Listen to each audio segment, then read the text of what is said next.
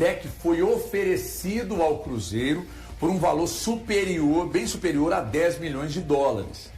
E aí a resposta é que não temos condições hoje de pagar o valor que foi oferecido. Ou seja, 10 milhões foi o valor que pagaram por ele, pelo e aí querem ganhar mais do negócio. Se o negócio caminhar nesse valor aqui, o Cruzeiro diz que não tem condição de pagar. Eu tive uma informação de que o Cruzeiro está tentando fazer algumas aquisições, mas que ele está tentando equilibrar esse discurso, porque o mercado está entendendo que o Pedrinho está despejando dinheiro no mercado e logo está inflacionando para aquisições que o Cruzeiro venha a fazer. Então esse exercício agora que o Valu falou, de ser mais comedido, que o Everton acabou de dizer sobre não ter recurso para fazer uma contratação no valor superior, diz muito sobre isso. O Cruzeiro está tirando o pé um pouco para poder dar um outro recado ao mercado sobre esse inflacionamento, né? Claro, né? Vejo uma parte da torcida questionando muito, sonha com o Luiz Henrique, acorda com algum interesse no Gabriel Peck. Aí quem sonhou, sonhou porque quis, né? Se iludiu porque quis. O Cruzeiro não vai atrás do Almada, do Luiz Henrique, nem do Malcom nessa janela. O Cruzeiro não tem nada de Almada, nada. Absolutamente nada, a não ser um desejo. Seria realmente extraordinário para o Cruzeiro e para o cruzeirense. Imagina, chegando Almada, Gregory e Luiz Henrique. Mas o Cruzeiro não está nessa linha. O que aconteceu na primeira janela com o Gerson é um asterisco da forma que o Cruzeiro vai atuar no mercado. Será um mercado muito mais, talvez, de atuação do departamento de scout e potencialmente, quando a gente imagina um jogador de frente 10 ou 12 milhões de euros ou de dólares que pretende o Galaxy, é algo que você não consegue atacantes por um preço muito abaixo disso, assim. Eu acho interessante por ser um jogador de 25 anos e principalmente quando é um jogador que tem jogadores que vieram da Major League Soccer que conseguiram atuar no futebol brasileiro e outros não. Todo jogador é uma aposta, mas eu acho um movimento bem válido do Cruzeiro com relação ao Gabriel Peck. Ontem eu recebi uma informação de que a proposta que o Betis, informação, tá, gente, do Cruzeiro, informação que chegou do Cruzeiro, é de que o Betis, conta pra ninguém não, Betis. Não conta pra ninguém não. Deixa eu só lembrar um negócio pra vocês aqui, Betis, presta atenção. Quando o Guilherme Arana foi vendido, lá em entre 17 e 18, ele foi vendido por 11 milhões de euros. Mas foi campeão. Não interessa, estou falando de jogador com projeção e etc. Então já é uma realidade com ótima projeção, com pouca idade. O Renan Lodge foi vendido por 20 milhões. O Alexandro foi vendido, quando estava no Santos, foi vendido ao Porto, por 9 milhões e 600. O Douglas Santos foi vendido, quando estava aqui no Atlético, foi vendido para o Hamburgo por 7 milhões e meio. Aí vocês vêm aqui no Kaique que oferece 8 milhões e meio de euros? 8,5 de euros? Sabe o que o Cruzeiro fez? É a informação que eu estou te dando. O Cruzeiro só meteu aquele legal fera na resposta e nem analisou. Aí você pergunta assim, tá, mas aí o Cruzeiro não mandou uma resposta pro Betis falando quanto que queria, não? Não mandou. Está esperando uma proposta do Betis, se o Betis quiser, e está esperando uma proposta da Roma. E talvez tenham outras também, pelo Kaique. Mas 8 milhões e meio, vocês estão de brincadeira, né, Maurício? Eu mandava uma caixa com o pé direito da chuteira dele. Falava, tá aí, não, eu queria até provocar ontem lá no Instagram, mas eu estava na preguiça lá, porque eu estava com frio. Mas eu queria falar sobre Betis. Não faz raiva não, senão o Pedrinho vai aí e compra vocês, hein? 8 milhões é muito abaixo do valor pleiteado pelo Cruzeiro, né? E eu que sempre falo, quando você fala a respeito que o Cruzeiro não mandou nenhum tipo de mensagem ao Betis falando, para que haja negócio, os valores praticados seriam esses. Cara, o Cruzeiro, ele quer ouvir propostas, mas é diferente. O Cruzeiro não está desesperado para vender o Kaique. São coisas bem diferentes. O Cruzeiro não está desesperado. Se o Cruzeiro não vender o Kaique nessa janela, falando pela parte esportiva, não é uma catástrofe para o Cruzeiro. Pode significar lá na frente, o ano que vem, porque a partir do meio daqui a um ano ele pode sair de graça. Eu estou falando só assim, em termos financeiros, o Cruzeiro está disposto sim a ouvir propostas, ponto. Mas o Cruzeiro não está assim, maluco para vender o Kaique. Não é uma situação como a que o Cruzeiro já viveu em outros momentos, de vender o Igor Thiago por um preço assim, completamente baixo. né, como vendeu. Então isso é muito importante também. O Cruzeiro está numa posição tranquila com relação às propostas do Kaique, esse valor trazido por 8 milhões de euros. Se o Cruzeiro quisesse vender por esse valor, como já chegou nesse valor, apesar de que o Cruzeiro acaba desistindo. O Cruzeiro desiste não pelo valor, tá? Por outras circunstâncias de vender o Kaique na primeira janela. Não tem o menor cabimento, né? Não, recentemente até lá na HG Play, eu falei que eu era a favor da venda e o time ficou doido. Eu falei que eu venderia Kaique e Jonathan Jesus com uma proposta, mas à época, a proposta que a gente estava discutindo era uma proposta de 15 milhões de euros.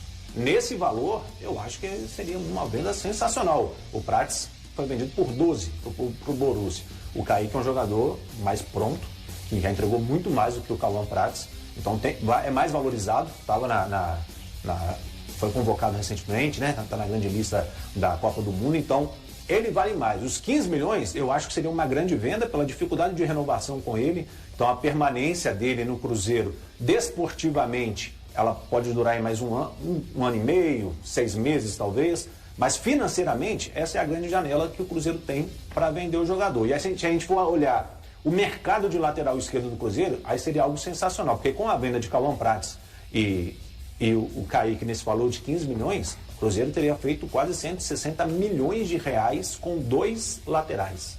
E aí, falando da contratação, a possível contratação do Rojas, que seria aí na casa de 30 milhões de reais, é um lucro de 120 milhões, sobra muito dinheiro para você buscar um segundo lateral esquerdo, e ainda sobra um dinheiro para investir em outros setores que o Cruzeiro precisa muito de um primeiro volante, que sem o Romero o Cruzeiro se perde, se desespera. Então, assim, eu acho que 8 milhões é sacanagem, aí é sacanagem, mas 15 é um valor muito aceitável para se fazer negócio. Será que quem mandou a primeira de 8,5 manda uma segunda de 15? Não.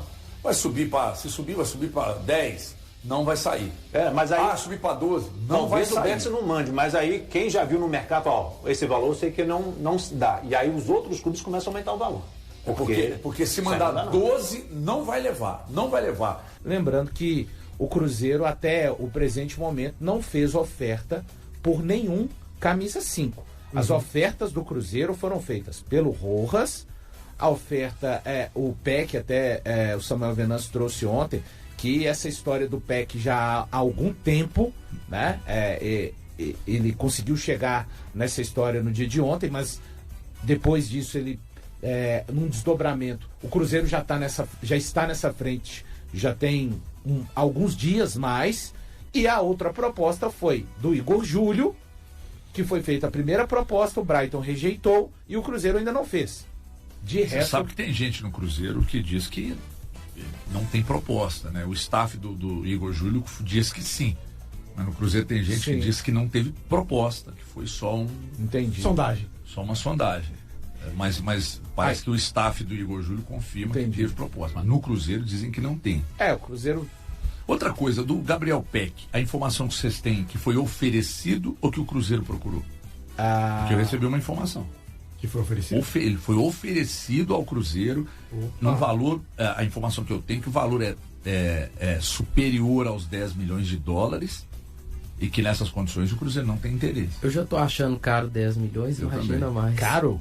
Caro. Cara, eu comecei... O valor, 10 de dólares está dando quanto? Não sei. 56 milhões de reais. Pois é, cara.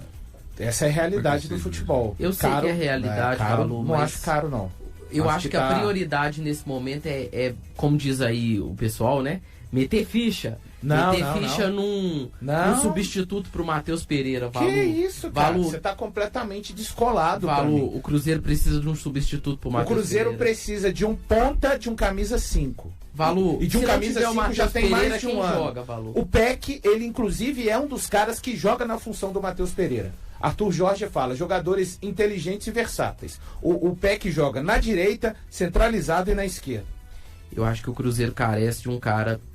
Mas a prioridade carece também, Guilherme. Agora, não é urgência. A prioridade eu não acho que seja urgência. Prioridade... As prioridades do Cruzeiro são atacante de lado e camisa 5. E o zagueiro? O zagueiro seria para qualificar, para subir o nível. E o Gregory esfriou? Não, o Gregory, não, igual eu falei, não recebeu proposta. O Cruzeiro não fez proposta. Não, mas o interesse... Sumiu do noticiário. Eu não posso falar que esfriou internamente no Cruzeiro, mas sumiu do noticiário. Vamos dizer, daqui a pouco pode aparecer o Cruzeiro fazendo uma proposta por algum camisa 5. Voltando nesse assunto de volante, você vê o Arthur como um camisa 5? Assim, eu sei que ele é 8. Mas ele consegue fazer a função? Eu acho que ele consegue melhor até do que os 2 volantes que o Cruzeiro tem hoje no elenco. Ah, sim, aí eu concordo. Mas ele não seria de fato... Seria uma improvisação, de alguma forma. É porque ele é mais híbrido, vamos usar esse termo aqui, do que o Lucas Silva e do que o Matheus Henrique. Para fazer um 5. Concordo. Inclusive, no Grêmio, ele é muito 5 no Grêmio. É ele quem traz essa bola lá no meio... Tá apertado o Grêmio. É o Arthur indo lá na meia. Mas o poder de marcação. Eu fiz o jogo aqui no Mineirão. Eu acho do mesmo tamanho que do Lucas Silva e um pouco até menor do que do Matheus Henrique. Eu fiz o jogo aqui no Mineirão, 2-0 pro Cruzeiro, e ficou muito claro isso que você falou. Sim, ficou muito claro. Muito claro. Ele faz essa função. Faz. Vai lá buscar no meio do zagueiro. O Grêmio toda hora batendo cabeça, ele ia no zagueiro. Me dá aqui. Só voltando aqui ao Gabriel Peck, o valor aliás, falaram um valor bem superior, mas aí bem superior também, bem subjetivo, né? Bem superior para mim. Então, 12 é bem superior. 12 milhões de dólares, né? Mas o Cruzeiro, nem nesses valores de 10 milhões, segundo o que me informaram, o Cruzeiro teria interesse. Ontem eu perguntei o Valu lá na Band. Valu, você tem 10 milhões de dólares na mão. Você compraria o Peck ou traria o Arthur? Aí o Valu disse: eu traria onde o Cruzeiro tem mais necessidade, né? Porque no setor que o Arthur joga, o Cruzeiro tem jogadores, tem opções, mas de qualquer forma o Cruzeiro foi lá dar uma sondada para ver a situação do Arthur, porque dificilmente o Arthur fica no Grêmio. Pensa o meio campo com Arthur, Gerson, Matheus Pereira. Aí você tá de brincadeira. Sério mesmo, aí você tá de brincadeira. Muito refinado. Até minha dúvida gerou discussão também, o Arthur não marca como o Romero, né? Então aí, eu não sei, sinceramente, poderia ser um problema, que eu não fiz lá um pequeno estudo para saber os números do Arthur no jogo defensivo, não sei, mas que é bonito demais ver ele jogar, cara. Nossa, você tá louco, é bonito demais ver ele jogar, ninguém toma a bola do cara, ninguém, e dizem os colegas do Sul que fisicamente ele tá bem. E ele tem 20 quanto? 29? Deixa eu confirmar. Com 29 anos, né? Ou seja, é um jogador com Será que o Grêmio vai perder ele mesmo? Por causa de grana. Muito dinheiro. O Grêmio vai fazer uma limpeza geral lá, porque... 29, né? 29. Questão de grana. Então, enfim. O Cruzeiro entra na pausa do calendário para a disputa da Copa do Mundo, ostentando a maior série invicta entre os clubes da Série A do Campeonato Brasileiro. São 8 partidas consecutivas sem derrota, reflexo da evolução apresentada pela equipe sob o comando de Arthur Jorge. O bom momento chega justamente quando o clube intensifica sua caminhada em busca do objetivo mais desejado por Pedro Lourenço, conquistar a Conmebol Libertadores.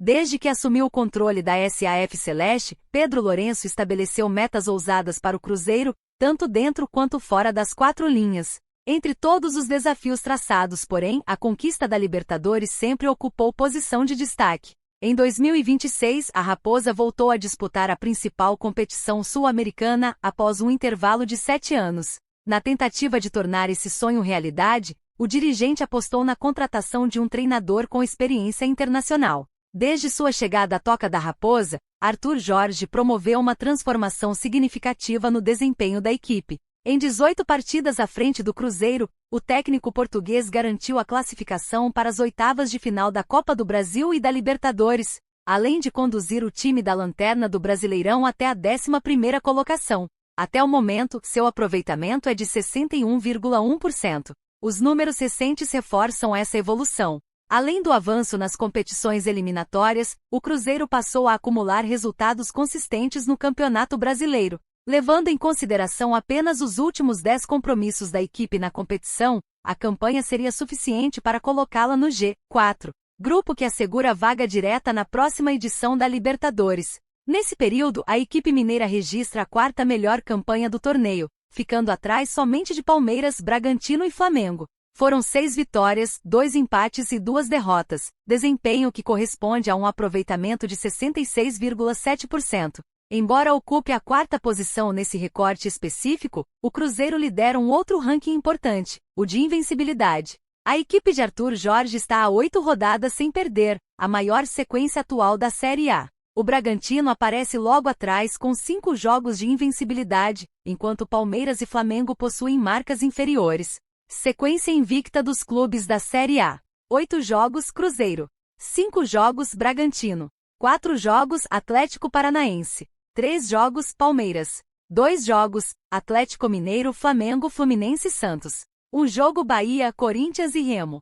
0 jogos Botafogo, Chapecoense, Coritiba, Grêmio, Internacional, Mirassol, São Paulo, Vasco e Vitória. E aí galera, o que acharam? Deixem suas opiniões nos comentários. Não se esqueçam de deixar o like, se inscrever no canal e ativar o sininho para receber as notificações. Até mais, Nação Celeste! Vamos pra frente!